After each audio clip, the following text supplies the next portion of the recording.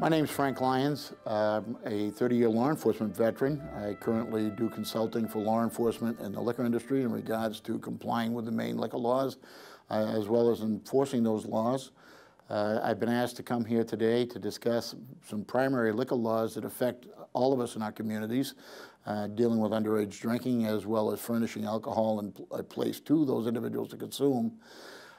What I'm going to do is kind of keep it fairly simple. We're going to go down through some of the basic laws, discuss some of the issues around those laws, some of the consequences as far as the laws are concerned, but also some of the residual issues that come about by virtue of violations of those laws. We'll start off with the civil possession of liquor as well as civil consumption, illegal transportation, then we'll go into furnishing liquor to minors, furnishing liquor to visibly intoxicated individuals, and we're going to finish off with something that more often than not most families don't consider when they engage in party behavior, and that's the Maine Liquor Liability Act. Most people are familiar with it being called the dram shop. With that, if you're not concerned about the law, you should be concerned about that. Whereas if you do host a party and it does get out of hand, you very well could lose pretty much everything you own. So with that said, why don't we start off with possession, what it is and what it isn't. Illegal possession by a minor is possession of alcohol by anybody under the age of 21 years of age. Possession, by definition, is proximity and control. Even though you may be at a party and you may not be consuming, if you can reach out and touch it, you're in possession of that alcohol. That's important because when law enforcement gets called to disrupt a party, that's what they're going to be looking for. And if you happen to be the innocent one standing there behind the bottle of beer, you're the one they're going to be dealing with, primarily not to be hardliners, but to be able to deal with that effectively and to ensure that that party doesn't reoccur. Civil possession of alcohol has some basic consequences. Mandatory fines if you're 20, 19, or 18 years of age. The first offense runs between $200 and $400. Second offense is $300 to $600.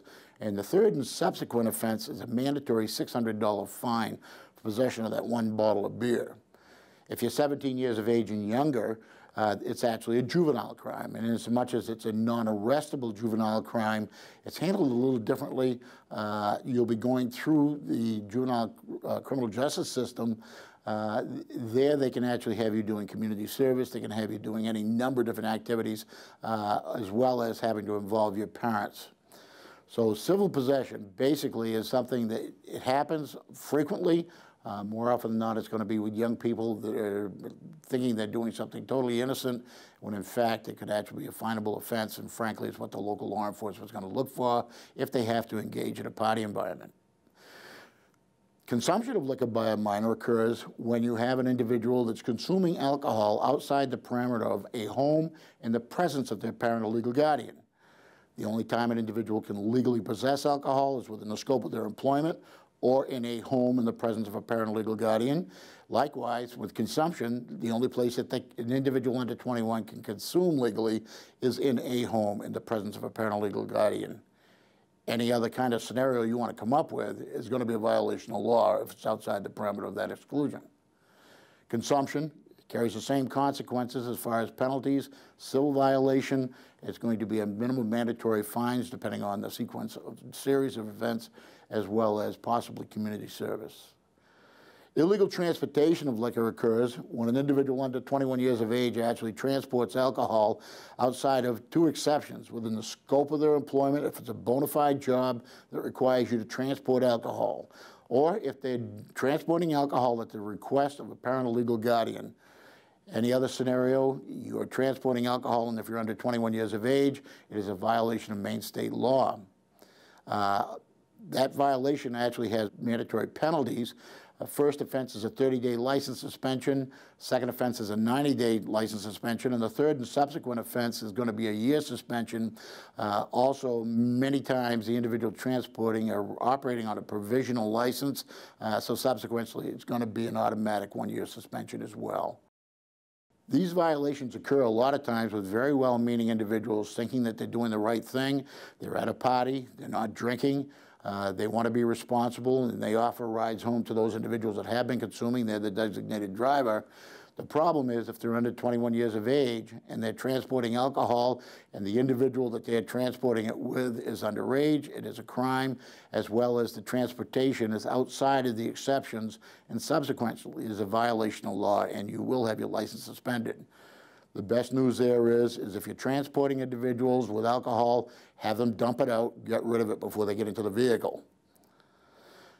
Illegal transportation is another problem. In the event that you do get convicted of it, the consequences run a little deeper in so much as that it is an alcohol-related motor vehicle violation, and you can expect some subsequently high insurance rates after that as well upon conviction. Last but not least is the furnishing statute. The furnishing statute is something that a lot of parents don't take into consideration when they feel that they'd like to sponsor a party, host that party because they're going to be able to keep kids in a safe environment. Historically, that hasn't proven to always be the case. It's not well mentioned the fact that there is issues as far as violations of law there. The penalty for furnishing liquor to a minor or allowing a minor to consume on a premise under your control is up to a $2,000 fine as well as a year in jail. The other law we want to talk about today is furnishing liquor to a visibly intoxicated person. That violation comes into play pretty much at any party where an individual has been furnished alcohol and becomes visibly intoxicated, regardless of what their age is. It's the same section of law that deals with furnishing liquor to a minor. The penalty is the same. It can be up to a $2,000 fine, up to a year in jail, and it's something that one has to consider before they host a party for those individuals that are underage, or for that matter, those that are legal. One consideration that you need to have when you're hosting these parties as well, when they go awry, and they do go south from time to time, and individuals all of a sudden find themselves either in a motor vehicle accident, being assaulted, sexually assaulted, finding themselves in a scenario where there's a serious violation of law besides the furnishing case.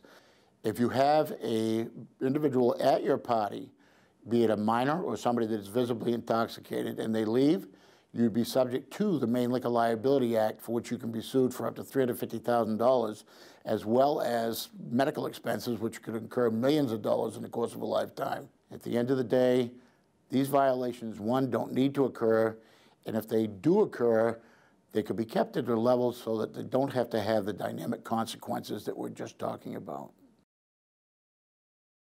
As far as the Maine liquor laws are concerned, if you choose to violate them, it is your choice. Understand that there's consequences in the event that you get caught. One of those consequences shouldn't be life-threatening. It shouldn't be life-altering. The consequence shouldn't be not losing somebody that you care about, somebody that you're responsible for. If you choose to have that party, be mindful of the fact you're responsible. Take care of one another. Take care of those individuals that may drink to excess. Don't let them operate a motor vehicle. Don't let that young lady be left behind where she can be assaulted and have these life-altering events happen to those individuals that if somebody had just cared enough or had the courage to engage, either by calling a family member, calling the police, calling EMS, or just something as simple as staying behind to make sure that they were well until they sobered up and could take care of themselves. That's about all we have to offer today. We certainly hope that you got good information. You'll make good decisions from it. Thank you for your time.